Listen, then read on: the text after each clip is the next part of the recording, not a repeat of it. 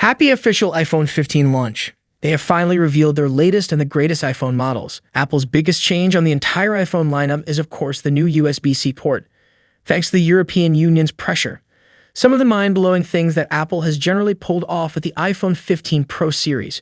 First one has to be the titanium material, which now makes the phones 10 times lighter to the point where the 15 Pro Max actually feels lighter in hand in real life compared to last year's iPhone 14 Pro.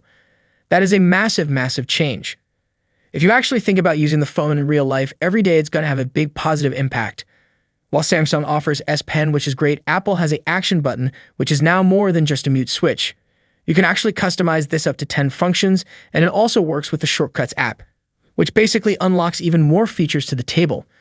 And perhaps my favorite is the A72 Pro chip, which actually brings console gaming for the first time on any smartphone. We're going to see console games coming to the iPhone natively, which is just straight up bonkers, because I never thought we'd get proper latest console games on our phones. When it comes to the camera specifically, the main 48 new sensor across all iPhone 15 models. These phones by default take 24 megapixel photos instead of 12 megapixels, so we're actually going to see high resolution without compromising HDR or the image processing. As for the new periscope zoom, well, it is only coming to the iPhone 15 Pro Max. This is definitely disappointing because they took so long to do a periscope zoom only to do just 5x. I mean, Samsung is still winning when it comes to the zoom game. Now, weirdly, Apple doesn't mention any battery improvements with the iPhone 15 Pro and the 15 Pro Max on their website, despite the new 3nm chip as well as the bigger battery inside. Hopefully things will be more clear as we get to see the phone out to the public. Now lastly, speaking of the non-Pro iPhone 15 series, Apple once again takes the biggest L of the year with 60Hz display on the iPhone 15 and the 15 Plus.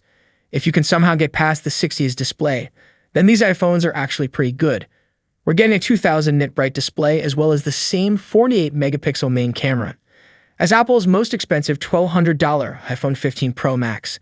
Samsung will never do this. They will never bring the same ultra-level 200 megapixel camera on all their 23 models, so big respect to Apple for doing this. If you just want the best main camera sensor performance from Apple, then you only have to spend $800 and get the iPhone 15. With the new 48 megapixel sensor, you get that 2x high-res zoom, which is actually pretty usable. The new Ultra running lens has a new glass, which should get sharper images than before. If the refresh rate doesn't matter to you, then the iPhone 15 and 15 Plus are not really a bad deal in my opinion, but let me know what you think in the comments below. Apple also bring dynamic island design to all the iPhones, so that is a big goodbye to their old notch design. With that being said, the new slim bezel design still remains exclusive to the iPhone 15 Pro and the 15 Pro Max.